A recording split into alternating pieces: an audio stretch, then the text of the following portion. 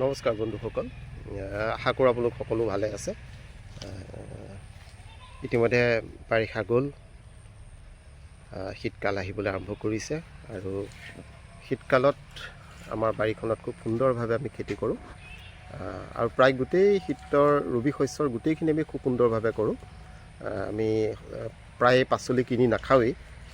দেউতাই এইখিনি শিকাই থৈ গৈছে যে আমি বাৰীখনত যেন তেন আমি কিবা এটা কৰি পেলাই যদি উৎপাদন কৰোঁ তেতিয়াহ'লে আমি অন্ততঃ শাক পাচলিখিনি ঘৰতে কৰিবলৈ আমি সক্ষম হ'ব পাৰোঁ, কৰি খাওঁ। আৰু আমাৰ গোটেই বাৰীখনতে খুব সুন্দৰভাৱে আমি খেতি কৰোঁ। বাৰিষা যথেষ্ট জংঘল হৈ যায় গোটেইখন। আমি বাৰিষা বিশেষ একো খেতি কৰিব নোৱাৰোঁ যদিও শীতকাল অহাৰ লগে লগে বাৰীখন আমি পৰিষ্কাৰ কৰি তোলোঁ। আৰু বৰ্তমান সময়ত পাচলিৰ যি ঊৰ্ধ্বমুখী দাম আৰু লগতে পাচলিৰ যিবিলাক কীটনাশক ঔষধ প্ৰয়োগ কৰে বা ৰাসায়নিক সাৰ প্ৰয়োগ কৰে, সি আমাৰ স্বাস্থ্যৰ কাৰণে অতি ক্ষতিকাৰক আৰু সি আমাক যথেষ্ট উপকাৰ কৰে। সেইকাৰণে পৰাপক্ষত আমি ঘৰতে যদি আমি খেতি কৰোঁ, অন্ততঃ যিখিনি শস্য অতি সোনকালে হয় সেইখিনি যদি আমি অকণমান জেগাত খেতি কৰিলেও ঘৰখনত খাবৰ কাৰণে হৈ যায়। আমি বাৰীখনত গোটেইখিনি খেতিয়েই কৰোঁ, সৰিয়হৰ পৰা আৰম্ভ কৰি পেলাই কবি, মূলা, পালেং, লাই গোটেইখিনি খেতি কৰোঁ। আৰু এই ফচলখিনিৰে আমি মোটামুটি 4-5 মাহ ধৰি খাব পাৰোঁ। 4-5 মাহ ধৰি আমি নিকিনাকৈ হয়। আপোনালোকে দেখিছে বাৰীখনত মুকলি কৰি আছে আমাৰ 4-5জন মানুহে আজি কিবা দিন ধৰি কাম কৰি আছে। আমি দেউতাৰ দিনত এইখিনি হালধি খেতি, দেউতাৰ দিনৰ পৰা আমি হালধি কিনি পোৱাই নাই। ঘৰৰ হালধিৰে আমি হালধি সদায় খাব পাৰোঁ। সৰিয়হো কৰা হৈছে, আমি সৰিয়হ কৰি পেলাই সৰিয়হৰ খাওঁ। হালধিখিনিও ভালেই হৈছে, কিনি মোটামুটি বছৰটোৰ কাৰণে হালধি ওলাই যায়।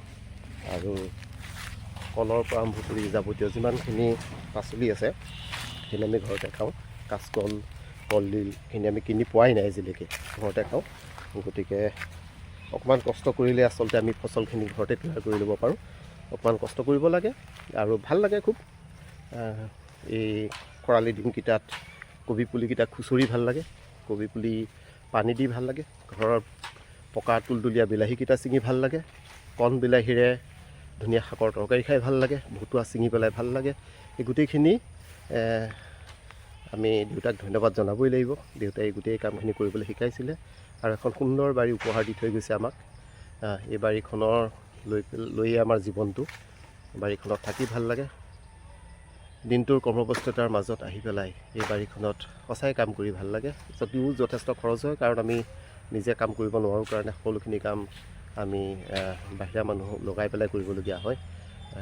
কেৰেলাতকৈ গুটি দীঘল, আমাৰ ফচলৰ দাম বহুত বেছি হয়, তথাপিও কৰি কিন্তু খুব আমেজ লাগে, ভাল লাগে।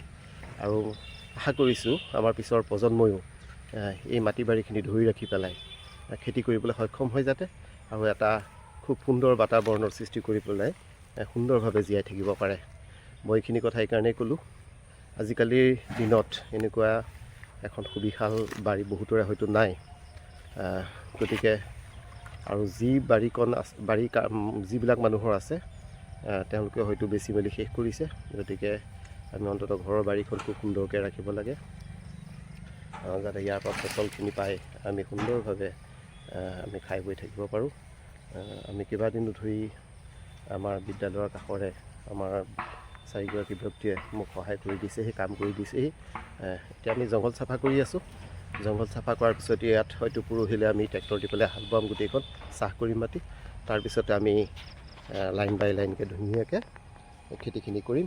আমি খেতি হোৱাৰ পিছত দেখুৱাম। যোৱা বছৰ বিশেষকৈ ব্ৰকলি খুব ভাল হৈছিলে। ব্ৰকলি আৰু এটা চাইনিজ কবি লগাইছিলোঁ, খুব ভাল হৈছিলে। আৰু লেটুচ ইমান ধুনীয়া হৈছিলে, ভাবিব নোৱাৰি। ধনিয়া, গাজৰ, মূলা এইখিনি কথা মই নকলোৱেই। ফ্ৰেঞ্চ বিনৰ পৰা আৰম্ভ কৰি আমি প্ৰতিটো বস্তুৱে অকণ অকণকৈ চপ কৰোঁ। আলু অলপ কমকৈ কৰিবলৈ লৈছোঁ, কাৰণ আলু খেতিত কষ্ট বেছি, খান্দিব লাগে, ধেৰ খৰচ হয়, আলু খেতি কমকৈ কৰিবলৈ লৈছে। গতিকে এইখিনি কথা মই ক'লোঁ এইকাৰণেই, যিহেতু মোৰ কামখিনি কৰি ভাল লাগে, আপোনালোকেও নিশ্চয় নিজৰ বাৰীখনত কাম কৰি ভাল পায়।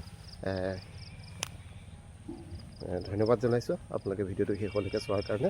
কমেণ্ট কৰিব। এজোপা লিচু গছ দেউতাই লগাই থৈ গৈছিলে, লিচু লাগি থাকে, আমি বাৰিষা লিচু খাবলৈ পাওঁ।